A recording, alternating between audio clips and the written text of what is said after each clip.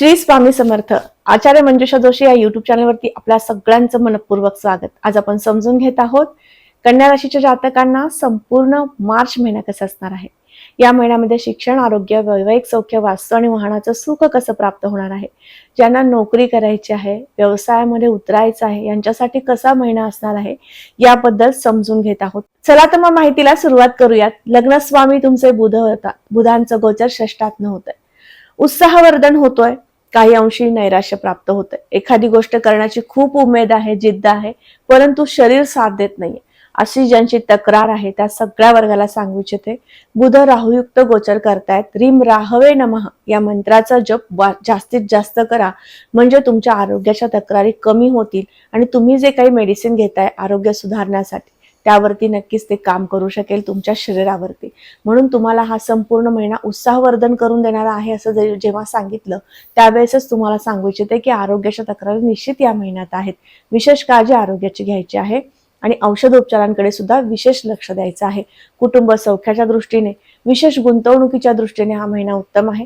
शुक्रांची स्थिती उत्तम आहे, त्यामुळे शुक्र केंद्रातनं उच्चस्थ गोचर करतायत आणि शनियुक्त गोचर करतायत. त्यामुळे ज्यांचं रिअल इस्टेटमध्ये गुंतवणूक करायची आहे किंवा मोठ्या काही खरेदी करायच्या आहेत, मशिनरी खरेदी करायच्या आहेत, व्यापारासाठी काही खरेदी करायच्या आहेत, त्या सगळ्यांसाठी विशेष चांगली गुंतवणूक करून देणारा हा महिना असणार आहे.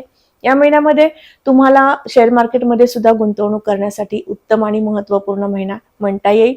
तृतीय स्थानाकडे जाऊयात. पराक्रम, परिश्रम, कीर्ती आणि प्रसिद्धी आणि छोट्याखानी प्रवासाचे योग आपण या स्थानावरनं पाहतो. या ठिकाणी येणारे वृश्चिक रास आणि मंगळांचं गोचर षष्ठातनं होतंय. या प्रवासामध्ये आनंद घेता येणार आहे, परंतु कुडबोडी आरोग्याच्या चालू राहतील. या महिन्यामध्ये जेवढा प्रवास घडणार आहे त्या प्रवासामध्ये थोडासा आरोग्यावरती परिणाम होऊ शकतो. आरोग्य खराब होऊ शकतं, पोटाचे विकार उद्भवू शकतात, उत्पन्न होऊ शकतात. काही अंशी गुडघेदुखीचा किंवा सांधेदुखीचा त्रास होऊ शकतो. त्यामुळे प्रवास करताना विशेष आरोग्याची काळजी घ्यावी. पर्यटनाची संधी प्राप्त होणार आहे. तुमच्या भावंडांसमवेत, आजोळच्या सगळ्या व्यक्तींसमवेत फिरण्याचे संकेत या महिन्यात दिसून येत आहेत. परिश्रम अधिक होतील, परंतु त्या परिश्रमाचं योग्य ते फळ तुम्हाला निश्चित प्राप्त होऊ शकतं. चतुर्थ स्थान मातृसुखाचं आहे. चौथं घर महत्वाकांक्षेचं सुद्धा आहे. चौथं घर वास्तुसुख सुद्धा देतं. या सर्व दृष्टीने विचार केला तर चतुर्थ स्थानाचे उत्तम आणि शुभ फळे तुम्हाला वारंवार प्राप्त करून देणारी स्थिती निश्चित आहे. या महिन्यामध्ये तुम्हाला आईचं सुख प्राप्त होऊ शकतं. आईसोबतचे काही मतभेद होते, ताणतणाव होते, ते नष्ट होऊ शकतात. त्यातनं तुम्ही बाहेर पडू शकता. याचबरोबर पंचम स्थानाकडे जाऊयात. पाचवं घर हे शिक्षण, संतती आणि प्रेमप्रणय दर्शवतो. त्याच्या दृष्टीने विचार केला तर शुक्रयुक्त शनी आहे. काही अंशी मतभेद होते आणि संवाद कुठेतरी थांबत चालला होता. एखादा विषय होता, त्या विषयाला धरून तुम्ही वारंवार सातत्याने मतभेद निर्माण होत होते. तुमच्या नात्यामध्ये रिलेशनशिप खराब होऊ लागली होती. आता शुक्रांच्या कृपेने या सगळ्या गोष्टीतून तुम्ही बाहेर पडाल. मतभेद कमी होऊन मन जुळण्याची संकेत या महिन्यात प्राप्त होत आहेत. प्रणय संकेत उत्तम आहेत. संतती सुख उत्तम आहे आणि शिक्षणासाठी सुद्धा हा महिना श्रेष्ठ उत्तम आहे. ज्यांचं इंजिनिअरिंग किंवा मेडिकल क्षेत्रातलं शिक्षण आहे अशा सगळ्यांसाठी उत्तम आणि श्रेष्ठ कालावधी आहे. ज्यांच्या 10वी-12वीच्या एक्झाम आहेत त्यासाठी सुद्धा अतिशय श्रेष्ठ आणि उत्तम कालावधी आहे. ज्यांच्या स्पर्धा परीक्षेची तयारी सुरू आहे आणि त्यासाठी काही फॉर्म फिलअप करायचे या महिन्यामध्ये तर नक्की करा. तुमच्यासाठी सुद्धा उत्तम कालावधी शनींच्या कृपेने आहे. षष्ठ स्थानाकडे जाऊयात. आरोग्याबद्दल आपण बोललोच, परंतु स्पर्धक निर्मिती तुम्हाला वारंवार घडत आहे. गेल्या 3 महिन्यापासून तुमच्या जीवनामध्ये स्पर्धकांची संख्या वाढत चालली आहे. कुठलंही काम करताना थोडंसं अडचणी येत आहेत, नैराश्य निर्माण होत आहे. त्या माध्यमातून आपण कुठेतरी कमी पडतोय का अशी काहीशे विचार येत आहेत. तर या सगळ्यांसाठी सांगू इच्छिते, राहूंचं गोचर हे षष्ठातनं आहे. त्यामुळे वारंवार स्पर्धक तुम्हाला निर्माण करून दिले जात आहेत. परंतु तुम्ही थोडीशी उपासना वाढवली तर निश्चित तुम्ही यातनं बाहेर पडू शकणार आहात. त्यासाठी कुठला मंत्र म्हणायचा सुरुवातीला आपण सांगितलं आहे. सप्तम स्थान पार्टनरचं सुख आपल्याला देतं, जोडदाराचं सुख आपल्याला देतं.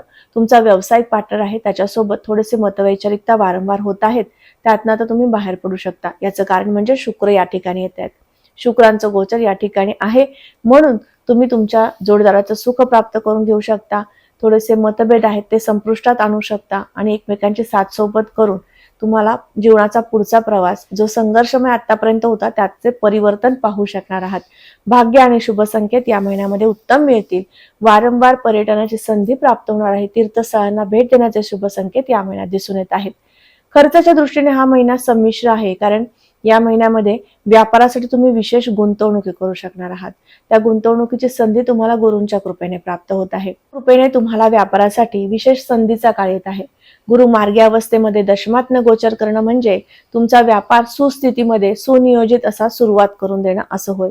त्यामुळे ज्यांचा प्लास्टिक, कागद, संगणक, रबर या संदर्भातील व्यवसाय आहे त्यांच्यासाठी श्रेष्ठ आणि उत्तम कालावधी आहे. ज्योतिषशास्त्र, वास्तुशास्त्र, अंकशास्त्र या क्षेत्रामध्ये तुम्ही काम करताय, अक्कल क्षेत्रामध्ये काम करताय, तुमच्यासाठी सुद्धा श्रेष्ठ आणि उत्तम कालावधी आहे.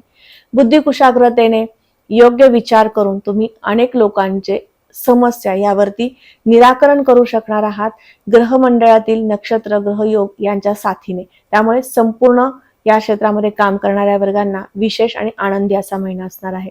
या महिन्यामध्ये नवीन वर्ष सुरू होत आहे. चैत्र पाडवा 19 मार्चला येत आहे आणि 20 तारखेला स्वामी समर्थ महाराजांचा प्रकट दिन येत आहे. या प्रकट दिनाचं औचित्य साधून स्वामी समर्थांच्या सेवेला सुरुवात करायची आहे. तुमच्या जीवनामधील नैराश्य, आजारपणाच्या तक्रारी निश्चित कमी होऊ शकतात. दशमस्थान हे व्यवसायाचं जसं आहे तसं नवीन नोकरीमधील स्थिरतेचं सुद्धा आहे.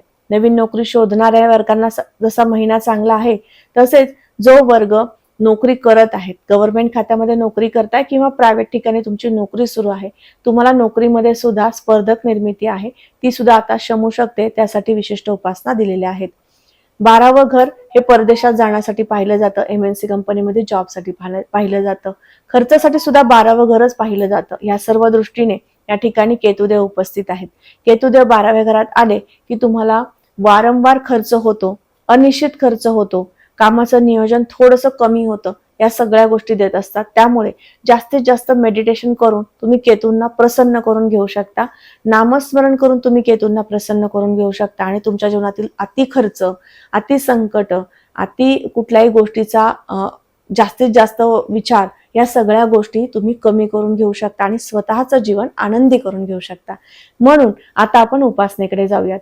सगळ्यात महत्वाचं सप्तमात शनी आहे. त्यामुळे व्यापारामध्ये सुनियोजन आणि सुस्थिरता प्राप्त करून घेण्यासाठी मारुती स्तोत्र या महिन्यात म्हटलं पाहिजे आणि तसेच तुमच्या कुलदेवतेचं सुद्धा नामस्मरण या महिन्यात जास्तीत जास्त झालं पाहिजे.